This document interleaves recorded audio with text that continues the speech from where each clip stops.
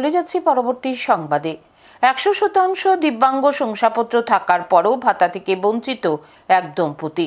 নেই মাথা গোঁজার ঠাঁই। 2 সন্তানকে নিয়ে দম্পতির জীবন চলছে অতি কষ্টে। অভিযোগ, সরকারি দরজায় ঘুরে ঘুরেও মিলছে না সাহায্য। গন্ডাছড়া মহকুমার ডম্বুরনগর ব্লকের অন্তর্গত নূতন দলপতি পাড়ার বাসিন্দা অনন্ত ত্রিপুরার ছেলে কাশিরাম ত্রিপুরা। জন্মসূত্রে তিনি চোখে দেখতে পারেন না। আর কাশিরামের স্ত্রী অলো রানী ত্রিপুরার বিয়ের আগে থেকেই মাত্র 14 বছর বয়সী দৃষ্টিশক্তি হারিয়েছেন। তাদের অভাবের সংসারে বর্তমানে রয়েছে 2 ছোট ছোট ছেলে মেয়ে। জানা গেছে 2008 সালে উগ্রবাদীর সমস্যার কারণে কাশিরাম কর্ণকিশোর পাড়া ছেড়ে নারায়ণপুর চৌকিদার পাড়ায় আশ্রয় নেয় তারা। কিন্তু দুর্ভাগ্যের আজ পর্যন্ত তাদের থাকার জন্য কোনো ঘর বাড়ি নেই। যাযাবরের মতো এক বাড়ি থেকে অন্য বাড়ি, এমনকি রাস্তার ফুটপাতে ঘুরে ঘুরে দিন যাপন করতে হচ্ছে। সরকারি সাহায্য বলতে রেগার জব কার্ড ছাড়া কোনো কিছুই তাদের কপালে জোটেনি। অভিযোগ, রেগার কাজও বছরে 50 দিনের উপর পায় না। এখন পর্যন্ত তাদের ভাগ্যে জোটেনি দিব্যাঙ্গ ভাতা।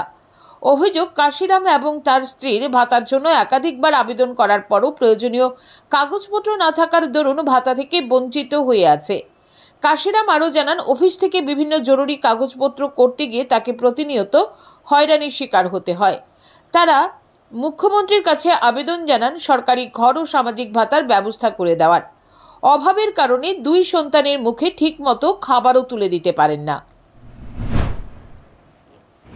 আমাদের যে ত্রিপুরা রাজ্য সরকার মুখ্যমন্ত্রী স্যার, আমি নিজে চোখে না দেখলেও আমি কানে শুনে, মানুষের মোবাইলে শুনে, কিন্তু খুব মুখ্যমন্ত্রী আমার মনে হয় চোখে কানা হইলেও আমি মনে হয় ভালো হইব মনে স্যারও।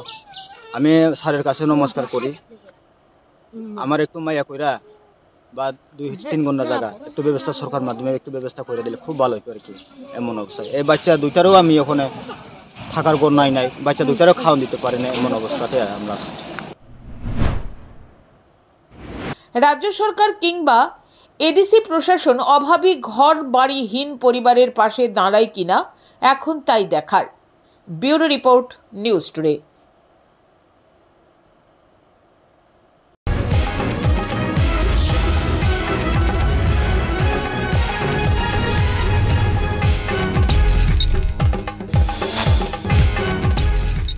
আপনার স্বাস্থ্য